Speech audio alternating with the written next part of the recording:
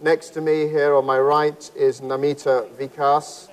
She is the President and Chief Sustainability Officer at Yes Bank. She's currently occupied with setting up the Yes Bank Foundation, which I hope we'll hear a little bit about later. She doesn't look it, but she has 22 years experience in corporate social responsibility and public affairs. And she previously worked for Marico, Microsoft, and the Confederation of Indian Industry, the CII. From her bio, I noticed that she's on the World Bank's Development Marketplace Initiative as a jurist. And I'd like to mention here that the Financial Times has partnered with the International Finance Corporation very successfully for our own Sustainable Business Award. So it's very high on our agenda, this subject. If I can turn to you, Namita. Manfred spoke about when he arrived here, he was looking at CSR, but plainly a kind of broader sustainability agenda is rolling out. Tell us a little about your experience at Yes Bank and how you're orientating the bank towards microfinance, inclusive banking, agribusiness, and socially responsible investing. Thanks, James. So at the, I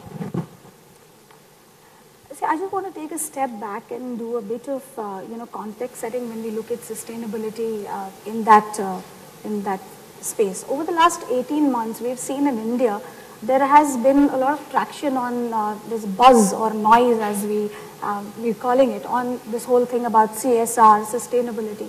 And we need to really look at, in the true sense, what do you mean by sustainability? So organizations here in India, there are different definitions that have come up. I think one of the closest definitions that resonates well is the one that IFC has put down, which is ensuring long-term business success by contributing towards economic and social development and a healthy environment in a stable society.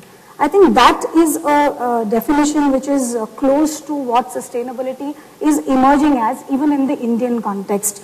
So it's our collective ability to share resources equitably, accept that everyone has the same rights, and consistently act in the best interest of society. So whatever a sustainable decision has to be something that is, it cannot be that's good for me but not good for you, or good for today and not good for tomorrow. You mentioned about the financial crisis and the negative effect of the financial crisis that we've had. In fact, the 2012 Edelman Trust Barometer saw that the banks from its third position has gone to the least trusted industries position. The banking sector has a major influence on the economic outcome, and through the financial flows that it flows through within industry. It makes certain social and environmental impacts when it's funding projects or organizations. And therefore, the banking sector's ability to influence the transition towards a sustainable or a stable economy is unparalleled. So when we make our decisions, it's very important for us to look at environment, social factors in lending portfolios. So just to take an example of what we've done at Yes Bank, voluntarily we have institutionalized the environment and social policy. This is based on the IFC guidelines, the International Finance Corporation guidelines, and the Equator Principles, where we do not lend to unethical, illegal, or unsustainable businesses. Our decisions are based on environment and social impacts when we look at organizations. Another area that I want to touch upon, and there is a potential in looking at, is creating a positive impact through product innovation. So how can banks or financial institutions create products that are influencing positively? Again, taking an example, we have a social deposit account that we have institutionalized within the bank. It is India's first philanthropy banking product, if I may say. It's a very simple fixed deposit, and one can decide, the depositor can decide to give 1%, a percentage of the return on the interest towards the social cause. So we've tied up with a national NGO, and you can give to any 5 causes of your choice. So I think these are the influences, the positive influences that one can make through ESG decisions or through products and services. And can I just ask you what kind of take-up there's been with the philanthropy deposit account? I mean, are people asking about it? Is it popular, or?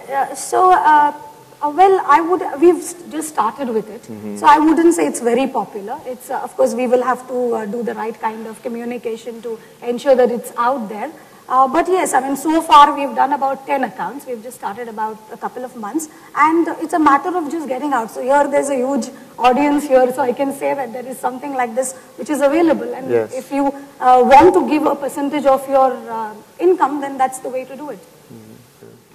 Namita, coming down, focusing in on Yes Bank, I mean, can you explain to us a little about how you use the triple bottom line approach in taking your credit decisions?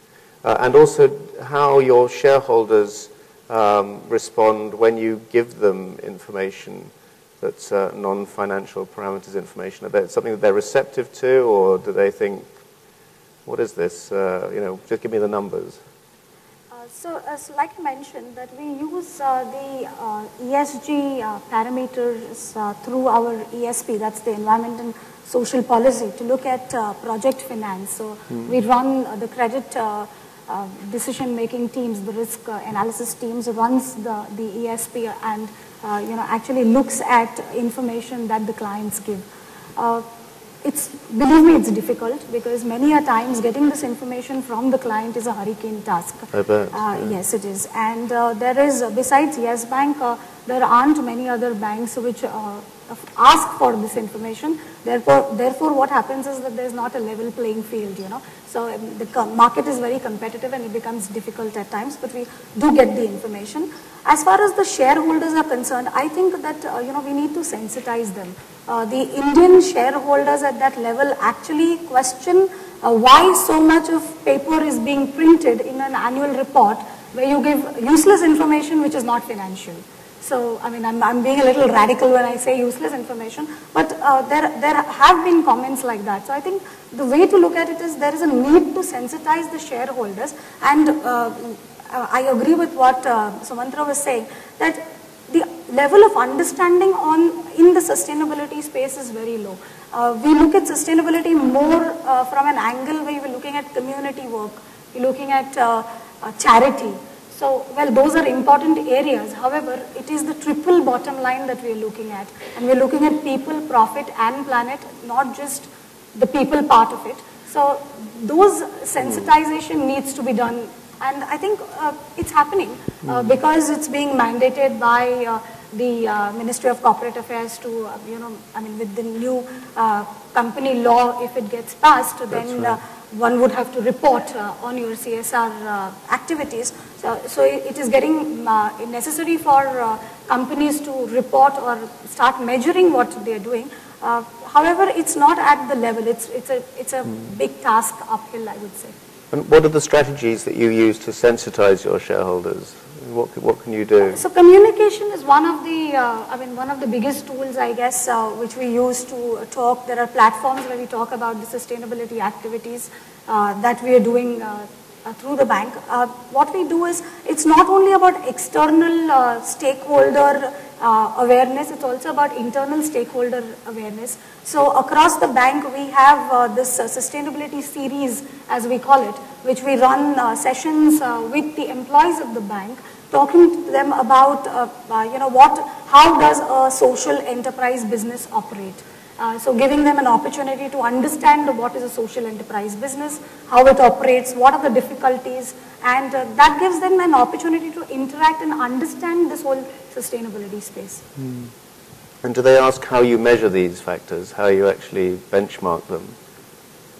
In terms of ESG, yeah, and in terms of, is it clear to them how these can be measurable achievements? Yeah, so there are specific training programs that we do. In fact, we don't do them at that level. We've just started doing them, and we want to go to a deeper level where you actually get into the measurements of the impact.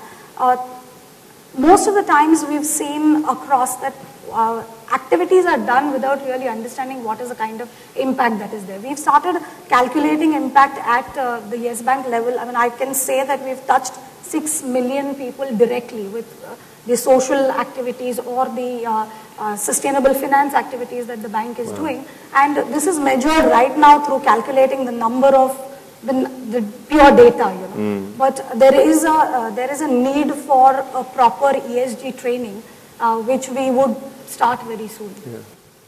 And Namita, if you met other sustainability officers from other banks, I mean, what advice would you give them from your own experience at Yes Bank? I think integrating ESG parameters into lending decisions is very important. And that will help us invest and look at companies which are going forward, doing a positive impact on society and environment. That's one area. Coming up with innovative products and solutions to reach out to the social and environmental, to be able to look at social and environmental concerns. That's another area. That's a very important area because banks have to be innovative with their products to reach out to these markets. So that's the second area. The third is proactively direct investment towards environment and socially responsible companies. So those which are commercially viable propositions but which are delivering on the social and environment front. So just to give you an example here, this is a pilot project that we've just about to start, and we are incubating 5 social organizations, commercially viable social organizations. We're using innovation as a tool to take them to scale and make them bankable. If we actually make them bankable, then we will offer them to Yes Bank or to any other bank who wants to look at debt or equity within them. And if you're able to do that successfully, then we're opening up this entire sector of social enterprises where there is a huge gap as far as funding is concerned. So that's I think the third area. The fourth is training of the human capital within the banks. Because ESG training to risk managers is very important. Currently, most of the times they're looking at financial data. That's because we are not equipped to look at ENS data, and I think that is a very important area. The whole triple bottom line accounting, where you actually look at standards. So I would look at it as a tell me, show me, and approve it approach. So tell me is I'm telling you that yes, I do sustainability. Showing I do some community work and I do I do some engagement activities. And the prove it is actually getting a ISO 14001 or an ASA 8000 certification will prove that I am as an institution a socially responsible organization. I think these are the 5 areas that one needs to really look at. Yeah, thank you. I think we've spoken on the stage enough, so I'm going to open the session to the floor and invite some questions from you. So, gentlemen at the front, there should be a roving microphone. Is there one? Yeah, there we go. This is just a question. I'm Anil Chopra here. I'm a management consultant in the area of enterprise governance and business ethics. So I just wanted one question to Namita, is that when you are talking about the plan of action that you have for sustainability, what about your corporation as a unit? Do you have a code of conduct and integrity standards as a starting? You're going ahead to sustainability, but what about within your organization? Have you certain guidelines of what you expect in terms of integrity and compliance of integrity and ethics? Yes, as a part of our corporate governance, I mean, we have a code of conduct within the organization which applies across the organization to each and every employee. But that code of conduct is prepared by you, because earlier we had talked about also the stock exchanges. Now, my own experience with stock exchanges is that we are expected, it says that you are expected to have a code of conduct for directors. Now, my own experience I have seen is that There was one organization which implanted our whole code of conduct and expressed it as their code of conduct and saying that we are following these principles. So what I'm trying to say is that this inertly has to come from each organization. So if you have that, that is fine. But if you don't have your own integrity and ethical standards, then sustainability and other things come much later. That's what the moderator also raised one question earlier on that. And I feel that this should be egged on, that banks themselves should see that, hey, do we have our code of conduct? Even if it is public sector, again, public sector also has certain code of conduct, but that has to be, my suggestion is that that has to be looked into very clearly, and in it can be embedded even items of sustainability or environment. Thank you for the question. Namita, do you want to respond? At board level, this is board of the bank, we have a full-blown compliance committee, and under this compliance committee we have the code of conduct, we have a policy towards sexual harassment. So all these, so we have the highest order of corporate governance, I would say. So as far as integrity for within the bank employees is concerned, this is all put in order. And so there's, so I don't think there is a question, and this is actually overseen by the board of the bank. It's at the board level. It's not a part of a department who's put this code of conduct in place. Besides that, we very seriously look at any concerns that come to our notice. So there are these questions of integrity which are taken care of.